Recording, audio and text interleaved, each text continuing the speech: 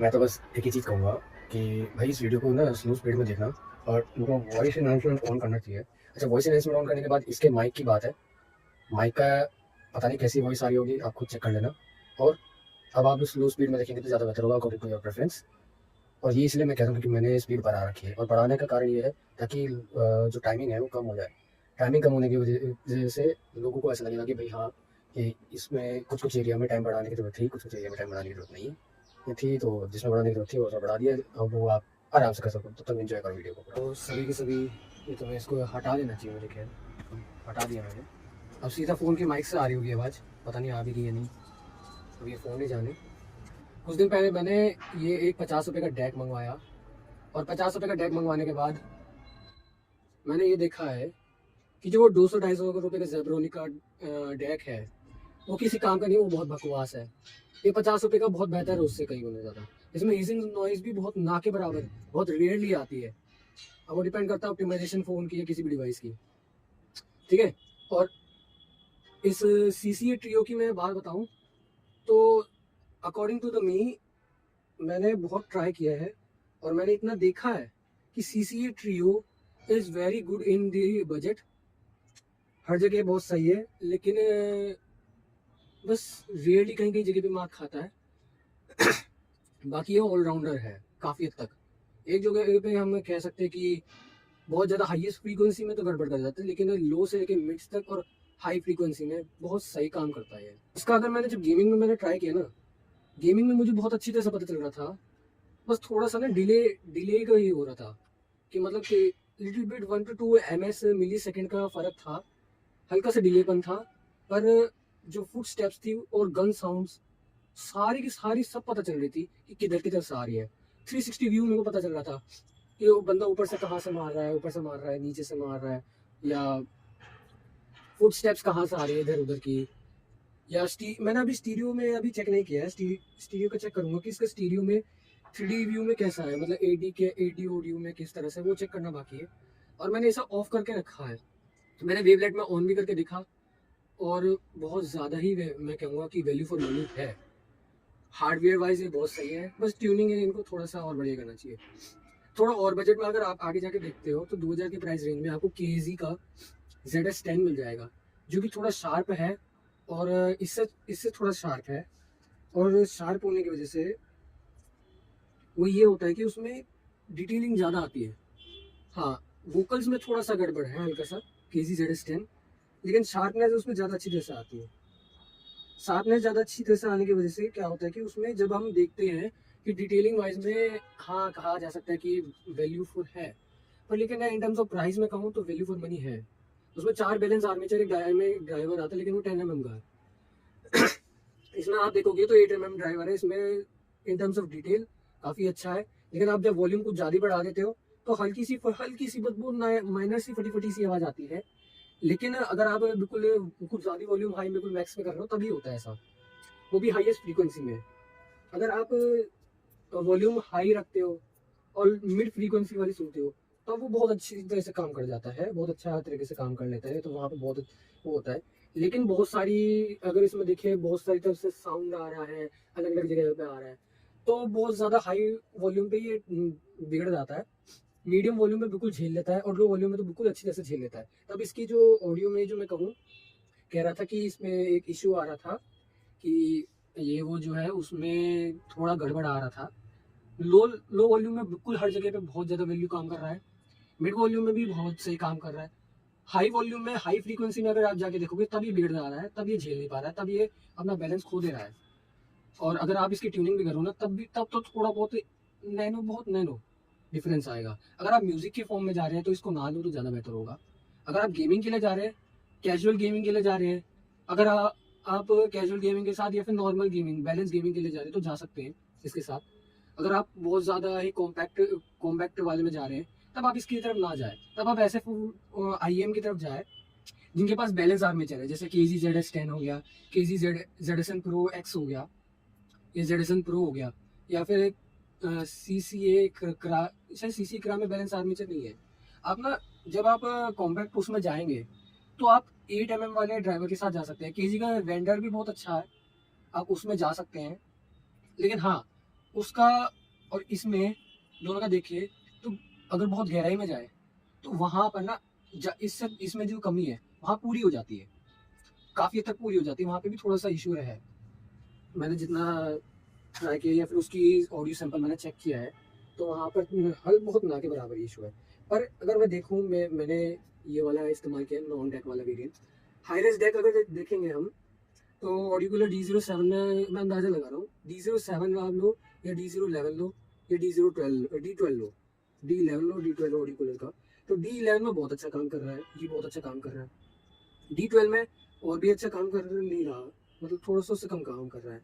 और आप हाईरेस्ट डेक में जाओ, तो हाईरेस्ट डेक में जो इसके अंदर कमी है वो सारी की सारी पूरी हो जाती है। लेकिन थोड़ा सा किसी किसी को ना बेसी फील ज़्यादा मज़ा नहीं आएगा, बेस नहीं चाहिए, थोड़ा शार्प ज़्यादा चाहिए। तो शार्पनेस में मैं कहूँगा कि भाई इसमें थोड़ी सी ट्यूनिंग कर लेना इक्वल वेवलेट करके, तब जाके ये मैं कहूँगा कि हाँ वैल्यू फॉर मनी है। ये जिस प्राइस रेंज में आ रहा है, इस प्राइस रेंज में बहुत केजी जेडसन प्रो इससे थोड़ा सा एक्स्ट्रा में आता है। जेडसन प्रो आप अगर वेवलेट में अगर इक्वलाइजर के जरिए करोगे, इक्वलाइजर और हाईरेस्ट डेक से और आईको 30 में अगर गेमिंग में करोगे आप, तो वहाँ पे डिटेलिंग बहुत ज़्यादा आएगी, लेकिन आपके कान में चुभेगा बहुत ज़्यादा। क्या पता आपके कान ना इतने ज़्यादा सेंसिटिव हो जाए, इतने ज़्यादा कमज़ोर हो जाए कि आपके कान की ऐसी तैसी हो जाएगी। उस मामले में ये बेहतरीन काम करेगा। मैं यही कहूँगा जिसके कान ज़्यादा सेंसिटिव है, उस मामले में ये इसमें इसमें थोड़ा बेसी है, तो कान में ज़्यादा चुभेगा नहीं। तो केजी जेडसन प्रो की जगह इसकी इस पर अगर आप जाएंगे, अगर आपको उसमें हाई रेस डेक भी ले रहे हो, साथ के साथ आप अपग्रेडेड केबल भी ले रहे हो, तब तो ये बिल्कुल वैल्यू फॉर मनी है। और केजी का वेंडर, पता नहीं वेंडर क्या नाम है उसका, वो भी वैल्यू फॉर मनी है। ये और वो वैल्यू फॉर मनी है। और भी मतलब पूरा ताम जगेरा करोगे, तो अगर आप चाहते हो कि आईएम में ज़्यादा इन्वेस्ट ना करो, उसमें अपग्रेडेबल करो, तब आप इस पे जा सकते हो। बस ये है ना कि बहुत सारी चीज़ें आ जाती है ना, तब ये फेल हो जाता है। जैसे बहुत सारी सराउंडिंग एरिया में बहुत सारी चीज़ें आ जाती है, 15-20 साउंड्स आ जाती है, तब ये फेल हो जाता है। तब आप बैलेंस आर्मेचर में वाले में जाओ, आपका CA12 मिल जाएगा आपको, बहुत बढ़िया, वो है वैल्यू फॉर मनी है। वो सराउंडिंग एरिया में बहुत ज़्यादा ज़्यादा बेटर काम करता है। केसी का वेंडर भी वहाँ पे भी फेल हो जाता है, तो बहुत सारे डिस्टॉर्शन आ जाता है उसमें।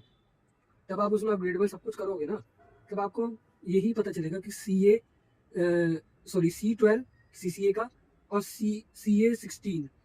CA16 वो थोड़ा अपर प्राइस रेंज में आ गया। अगर आपका बजट 5, 5.5 या 6, 10,000 की प्राइस रेंज के अंदर आपको कहूँ, तो आप उसी में जाओ तो ज़्यादा बेहतर होगा। 10,000 की प्राइस रेंज में और भी आते हैं, उसके ऊपर भी देखूंगा, लेकिन ये मेरा ओवरऑल रिव्यू था। मतलब ये पूरा रिव्यू मैं बता रहा हूँ। ये बहुत अच्छे ईयरफोन है। अगर आप केजी EDX प्रो को देखोगे, तो भाई इसके सामने वो कुछ भी नहीं है। वो बेस ईयर ज़्यादा है, लेकिन आपको पता नहीं चलेगा कि भाई सराउंडिंग में कितना, मतलब कौन कहाँ से आ रहा है, कौन कहाँ से नहीं आ रहा, इसमें पता चल जाएगा आपको। और ईडी केजी जेडसन प्रो में भी पता चल जाएगा। केजी कॉफी बीन में इतना नहीं पता चलेगा, जो वो बीच का है। ये केजी जेडसन प्रो और कॉफी बीन, अगर इन तीनों में से मैं, और केजी EDX प्रो 4 ही हो गए, और केजी EDC प्रो 5 में, तो मैं केजी कॉफी बीन को सबसे बीच में रखूंगा, और सबसे बेस्ट में केजी जेडसन प्रो को रखूंगा। और केजी जेडसन प्रो और कॉफी बीन, अगर ये और इसमें देखें तो ये बीच में आता है, जस्ट फॉर सराउंड। और वैल्यू फॉर मनी की बात करूंगा तो सबसे बढ़िया ये है, वैल्यू फॉर मनी है, क्योंकि कम प्राइस में आता है। 1,500 की प्राइस में माइक भी दे रहा है, सब कुछ दे रहा है। तो मैं तो यही कहूँगा कि भाई ये वैल्यू फॉर मनी बहुत है। हाँ, अगर आपको हाई फ्रीक्वेंसी में जाना है, हाई फ्रीक्वेंसी साउंड में देखना है, तब ये काम का नहीं है, तब ये नहीं झेल पाएगा। उसके लिए आपको बैलेंस आर्मेचर वाले उसमें ही देखना पड़ेगा, ठीक है। और तब उसमें काम तक मेरा जो खुद भी लगा होगा, तब उसमें आएगा केजी जेड, तो वहाँ पे आएगा। बस उसमें शार्पनेस का इशू है, वहाँ चुभेगा ज़्यादा। और ये जो कॉफ़ी बीन है, वो कॉफ़ी बीन इससे थोड़ा सा बेटर है in terms of high frequency में। सराउंडिंग एरिया में तो बहुत बेकार है किसी कॉफ़ी बीन। क्यों? इसके कंपैरिजन में मेरे को बेकार सा लगा। क्यों? क्योंकि उसमें क्या सीन है, उसमें एक इशू आ रहा है। उसमें अगर आप सराउंडिंग में देखते हो ना, तो बहुत ज़्यादा ही डिले है इसके कंपैरिजन में। अगर केजी जेडसन प्रो को अगर देखें कॉफ़ी बीन से, तो केजी जेडसन प्रो बहुत ज़्यादा ही, आप कह सकते हो, तो सब कुछ ताम का मेरा लगा करके कह रहा हूँ मैं, कि भाई बहुत हाईएस्ट डेक ले लिया, केबल भी बहुत अच्छी क्वालिटी की ले लिया, ऑडियोकूलर की शायद C3 C5 पता नहीं, सी ऐसी कुछ थी। तो आपको मैं यही कहूँगा कि कॉफ़ी बीन में सराउंडिंग का बहुत सारी एरिया में बहुत ज़्यादा स्ट्रगल कर रहा है वो।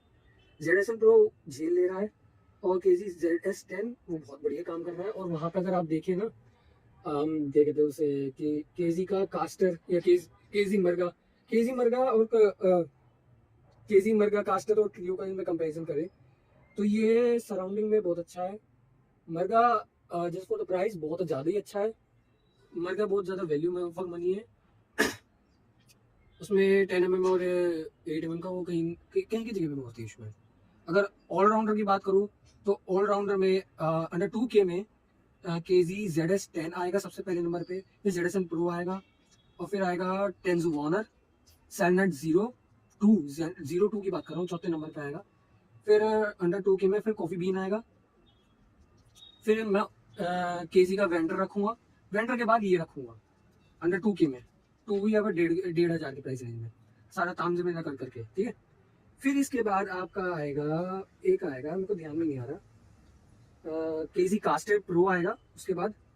फिर आपका आएगा KZ, फिर वो अंडर 1 के आ जाएगा, KZ EDX प्रो आएगा। फिर उसके बाद नहीं, हाँ रुक जाओ, KZ EDX प्रो नहीं, KZ कास्ट मरगा, सॉरी मरगा आएगा, फिर KZ EDX प्रो आएगा, तो EDX प्रो आएगा, फिर EDC प्रो आएगा। KZ EDX प्रो एक्स मत लेना, वो बहुत बेकार है, मुझे भी पसंद नहीं आया, किसी काम का नहीं है। वो शार्पर ज़्यादा पतली, ज़्यादा साउंड है, बहुत ज़्यादा फ्लैट, बहुत ज़्यादा पतली। इतनी पतली साउंड तो मतलब ही नहीं करता, सेंस ही नहीं बनता, बहुत ज़्यादा पतली है उस मामले में, बेस ज़्यादा नहीं है उसमें। तो ये उस लेवल पे आता है। ये था मेरा रिव्यू, हिंदी में था, और हिंदी में इसलिए है क्योंकि मैं iQOO 13 इस्तेमाल कर रहा हूँ, इसलिए ऐसा है। लेकिन अगर देखा जाए सराउंडिंग में का कौन सा कहाँ पे आ रहा है, कौन सा कहाँ नहीं आ रहा, तो सब पता चल रहा है वहाँ पे।